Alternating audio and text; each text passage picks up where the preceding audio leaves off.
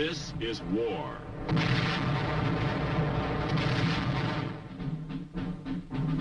War and its masses. War and its men.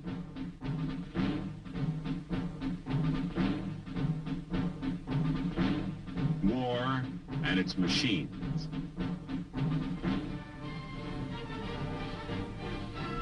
Together they form the big picture.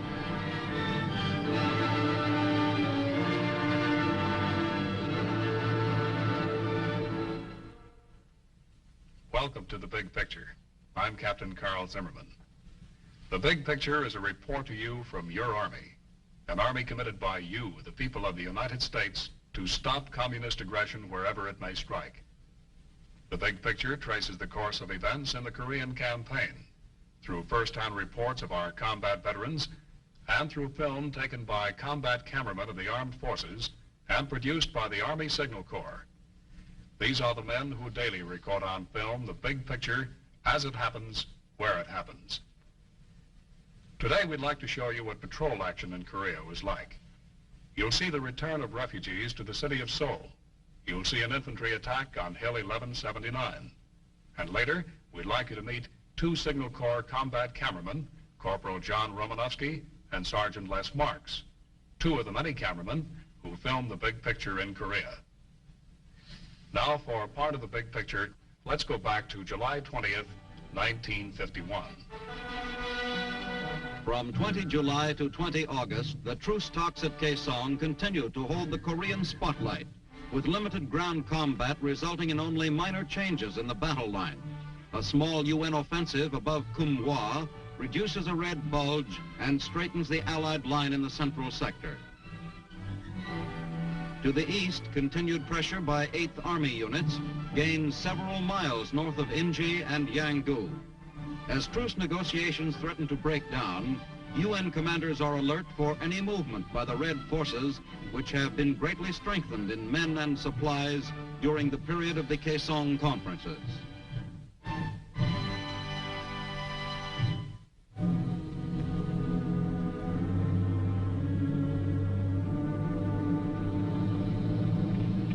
In an action typical of our current hit-and-run tactics, an infantry patrol infiltrates through enemy-held territory in the rugged hills northwest of Inji. Short advances are made into hostile regions to locate Red outposts by drawing their fire.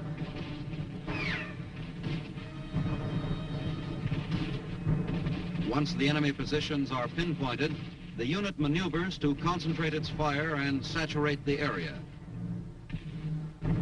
After inflicting all damage possible on the Red positions, the patrol will pull back within its own lines.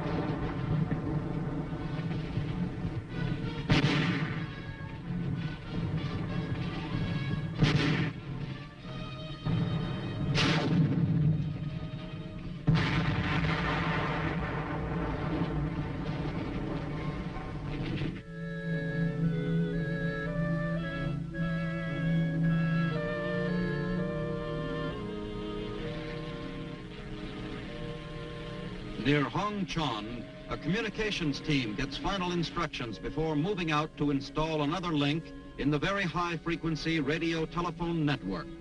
The VHF stations are necessarily located on high ground, since the radio beam is limited in its range by line of sight. Mountaintops, high peaks, or ridges, though difficult to reach, are the preferred sites. During the last stages of the climb, pack mules captured from the Chinese communists will carry the heavier, bulkier equipment.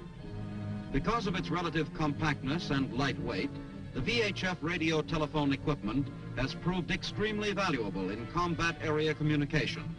It is easily and quickly assembled, and problems created by unusual terrain features in wire laying are eliminated. During operation, a VHF station can handle 4 telephone channels simultaneously. Receivers and transmitters are carried on A-frames to the site by Korean civilians hired for the trip.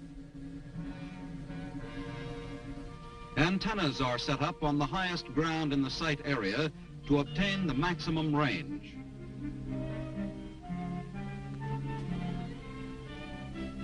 When the mast has been fitted together and guy lines attached, it is set into its base and raised into position.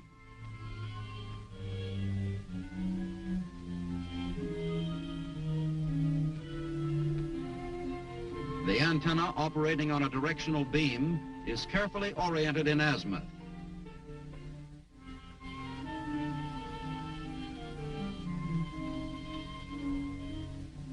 A coaxial cable is connected with the antenna and terminated in the transmitting station located close by. Coaxial cables for both transmitting and receiving pass through the central housing.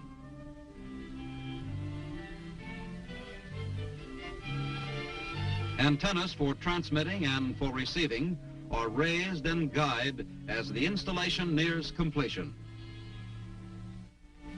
More supplies are moved to the station by an ingenious system of long lines and pulleys, a saving in time and manpower.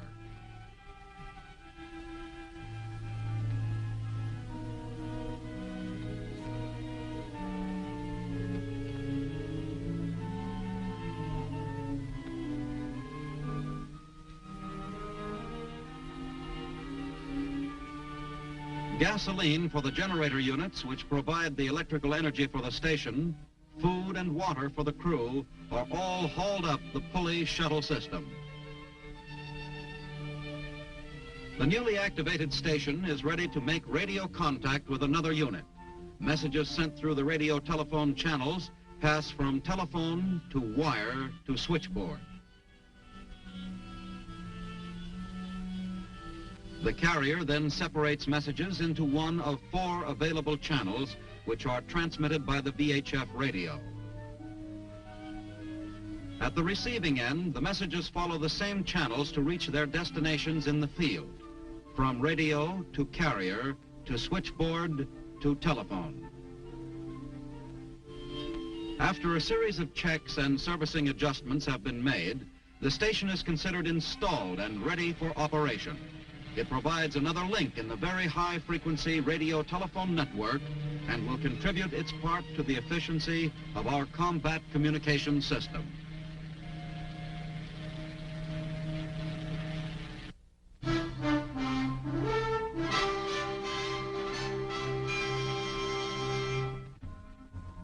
At an 8th Army Quartermaster supply point in Korea, refrigeration vans arrive to pick up frozen meats and vegetables. Railroad reefer cars transport the frozen foods to railhead supply depots, where huge refrigerated vans pick up the food for delivery to ration dumps in the forward area. A compact refrigeration unit housed at the front of each van maintains a constant freezing temperature inside the food storage compartment.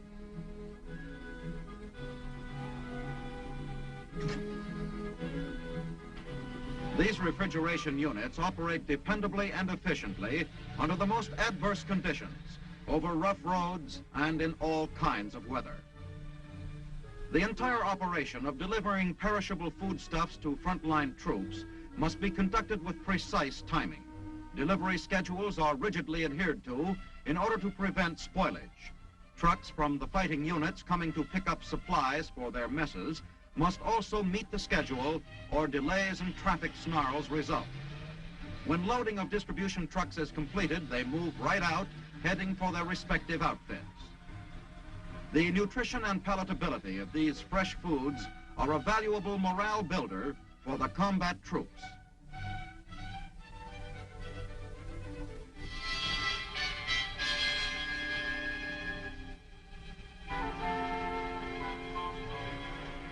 In spite of the driving July rains and the tough uphill going, American riflemen renew their attack to secure Hill 1179 north of Yanggu. Previous attempts to take the hill have resulted in failure. Fiercely defended enemy positions force the troops to dig in preparatory to an all-out attack. The unpredictable Korean weather has proved to be as troublesome as the Reds themselves. The drive toward the hill is supported by self-propelled 155mm guns. With the aid of artillery spotters and information obtained from patrols, the big guns from this forward position concentrate their fire on known and suspected targets.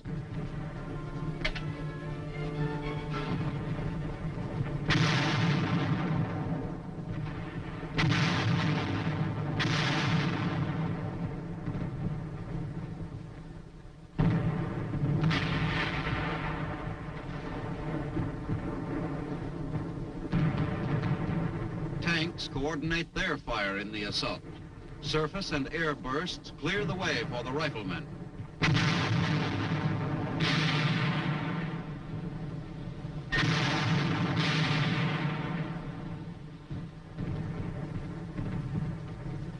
Strongly entrenched enemy positions are successfully eliminated from the path of the Allied advance.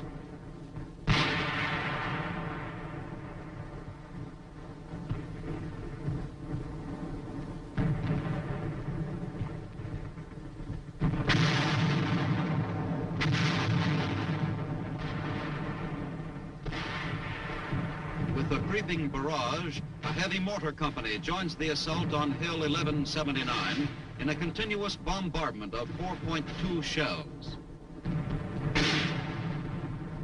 From firmly established positions in a nearby valley, the mortar company supports the attack by lobbing their shells in on the hill just ahead of the infantrymen.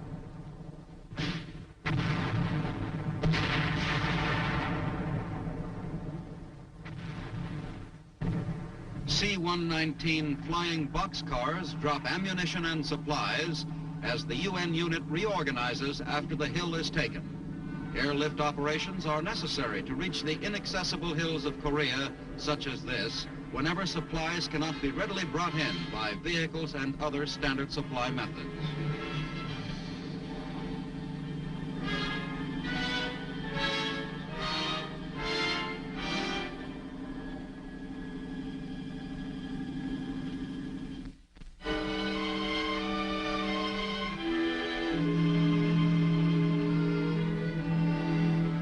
As the peace talks continue and the United Nations line in the north becomes stable, a mob of exhausted, rag-clad refugees swarms back toward Seoul.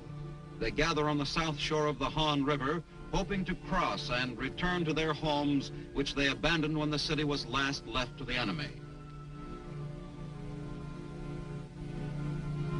Not all have returned. Thousands have died from hunger and exhaustion along the road. Exposure to weather and disease have taken countless others.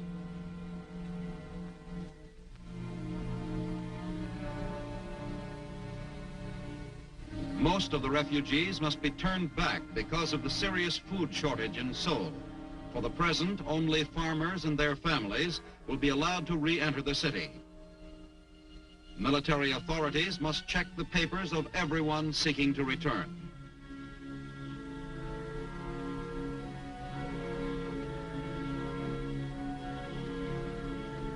Children, orphaned or separated from their parents in the confusion, shift for themselves.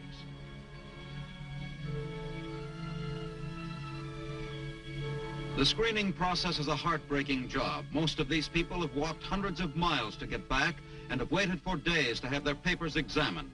Those authorized to enter the city receive typhus injections. With the city's facilities destroyed, every precaution must be taken to prevent the spread of disease.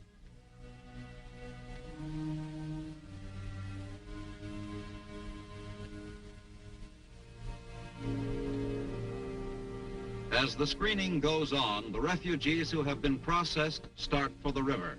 Burdened with their families and the few possessions they have managed to cling to, they plod across the sand to the boats that will take them home.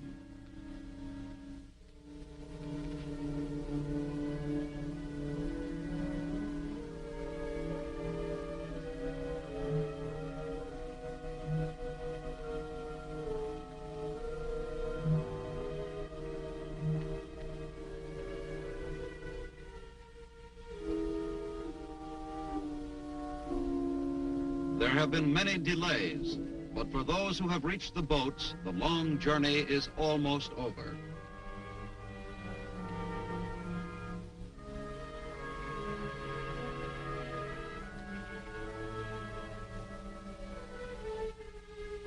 The outlook is still grim and uncertain. The city is in ruins. They will find their homes nothing more than heaps of ashes and rubble. But at least it is hope and a possible end to the months of aimless wandering.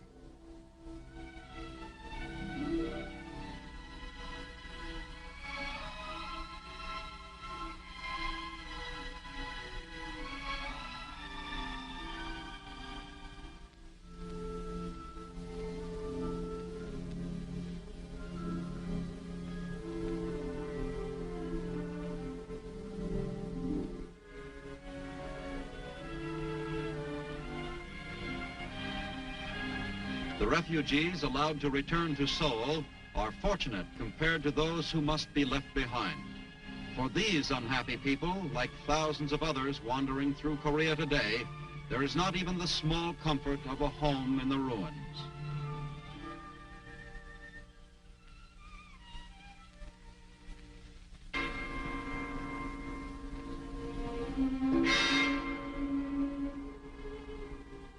During a tank infantry patrol north of Yanggu, an enemy box mine puts this Allied tank out of action. A crew member is injured in the blast. Cautious probing reveals another box mine nearby, which is carefully deactivated and removed. The men gather materials to aid in bracing the tank as a tank retriever is ordered up from the rear.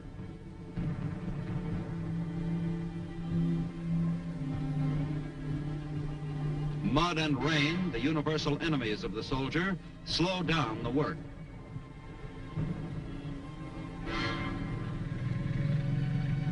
The crippled M4 will be hauled back to maintenance shops in the rear, where skilled repair crews will quickly put it back into action. This is the last program of our Big Picture series. And on this last show, it's appropriate that we introduce two men who gave you a good deal of the film that you've seen in the past 13 weeks. Two combat cameramen of the Army Signal Corps who were in Korea. We'd like you to meet Corporal John Romanowski of Chicago, Illinois, and Sergeant Lester Marks of Providence, Rhode Island. Well, now, John and Les, you brought the Korean fighting right into the living rooms of America with your film. And I think these people out there would like to know just exactly how you did that. Now, you saw all the combat units in Korea, didn't you? We sure did. Covered just about everyone there is. Now, when you went up to the front, what did the infantry think, seeing the men with cameras up there? Well, they were sort of amazed to see a man up there with a camera and not another rifle. They guess they never expected to see us up there, but we went up and got our shots, and I believe that the infantry gained a new respect for the Signal Corps cameramen when they saw us coming up there. Oh, the infantry, I guess, was kind of a bit of a ham anyway. On top of that, you'd be up alongside them taking your pictures with them, and the guy would turn around and look at you and, "What's the matter, you crazy? What are you doing up this part of the world?" As if we don't belong there. Well, it meant a good deal to their morale, didn't it, Les? Oh, it certainly did. You'd be taking pictures of one squad, and they'd feel slighted if they didn't take pictures of squad number 2, because they all want the pictures. They all want their mothers and fathers to see what's going on back home. Well, they knew that the story of their unit was getting home. Yes, they sure did. Mm-hmm. Well, now, how did your men get around? By jeep, mainly. We'd travel all over the place, scrounging food off one unit and gas off another, and sometimes we lived like kings, and sometimes we just bunking with the infantry down there in their foxholes. We also did a lot of hitchhiking and a lot of walking, and a lot of the walking was uphill. And it always seemed that when you'd get to the top of one hill, there was that proverbial other hill ahead of you, and it was sort of rough. Well, John, what equipment did you use? Well, we used the 35mm combat camera with the short focal length lenses. We could have used telephoto lenses at times, but it takes you too far away from the action and you don't get the proper mood. That proves you were right up there. You get in there and you get your shots. And Some weight to this thing, John. Yes, sir. That's two weights, what we call. One when you're going uphill and another one when you're coming down. Well, what other equipment did you have Well, with we you? had carried our musette bags with 1,500 to 2,000 feet of film and rations if we managed to scrounge some, and your caption books and pencils, and we also had a 45 caliber pistol, which was very similar to our short lenses. We had to be right in close if we ever expected to use it. Well, now, you went out on patrol with these men very often. We sure did. In fact, I sort of made a specialty of it. Some of the patrols was routine and others was a little spectacular. I can recall one instance where I was out with this patrol and I got ahead of the patrol somewhat, and the commies sprung a trap on us, and they wounded about 3 or 4 men of the patrol, and so I hit the ditch and crawled back to my Jeep, turned my Jeep around, and well, I stopped by the patrol. They immediately piled on top of my Jeep, on top of the hood, that is, and I scooted down back towards our own lines. As was passing into our own lines, there's a few newsreel cameramen there. They took pictures of us entering our own lines, which was news for them, but not for the Army. Well, you got the picture out, even though Marks didn't take it, huh? Oh, yes, I sure did. Well, now, you saw a lot of firefights over there, too. You were right with them then, weren't you? We sure did. We saw firefights when we were with the infantry, and we'd go out on tank patrols and stuff, and we got artillery barrages and snipers, and received some mortar fire also. Speaking of mortars, I recall another incident here. I was on patrol with the Marines here, and we was going along the road, and infantry, a mortar barrage hit us. We hit the ditch, and I didn't have a steel helmet with me, and my buddy with me, the cameraman, did. And they was hitting right above us, throwing debris on it, top of us, and I tried to get in under his helmet without much luck. Just didn't make it. Just didn't make it. Just couldn't do it. Well, now, did you ever have a chance to use these weapons you mentioned, John? Yes, I did. Managed to shoot 130,000 communist troops. 130,000? Yes, but of course we were using cameras, and they were POWs. Oh. Well, John, in just a few moments here, we're going to see the truce talks at Kaesong. Now, were either one of you men there? Well, John was. Yes, I was fortunate enough to get into Kaesong and see and photograph the truce talks before I managed to get back to the States. And I got there, and there was a communist photographer taking pictures, and a similar camera to ours. And he was taking pictures, but he had his lens cap on, you see. And consequently, he wasn't getting any pictures. But when he'd finished, I walked up to him, and I tapped him on the shoulder, and I pointed to my camera, and then I pointed to his, you know, and he saw the lens cap on there. He saw the lost face. You didn't think much of them as photographers, then? No, I didn't. I didn't think much of them as photographers or fighters. Well, let's see these scenes, the truce talks at Kaesong, through the eyes of some very good photographers, the men of the Army Signal Corps. On 27 July at the Kaesong truce talks, the Reds agree to an agenda, leaving the question of withdrawal of foreign troops to political conferences. The most important question still to be settled is the military demarcation line. Tape recordings are made of the discussions. British and Australian communist correspondents Alan Winnington and Alfred Burchett cover the talks with the Red delegation. Red propaganda posters appear even in Kaesong. With the meeting at an end, General Na Mil and his Chinese colleagues leave to report to their superiors.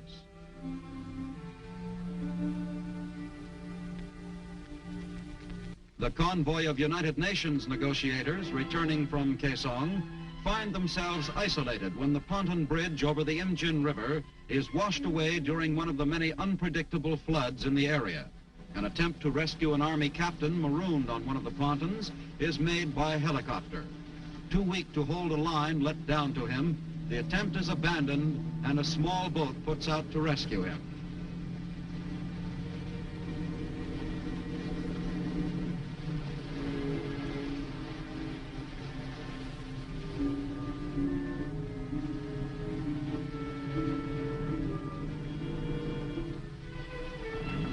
Personnel in the isolated convoy were airlifted by helicopter to Munsan in a 2-hour shuttle operation. As the peace party leaves Munsan for the August 5th meeting, the agenda question of a military demarcation line has yet to be settled.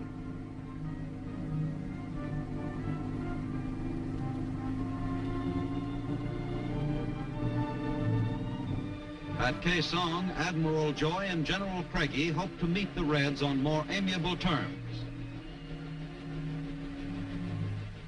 They are in for a rude shock. In direct violation of the terms laid down for the truce talks, the communists have unaccountably permitted a unit of 83 Chinese soldiers in full battle dress to enter the neutral area. Fully armed with mortars, rifles, pistols, and submachine guns, they make their camp within full view of the conference headquarters.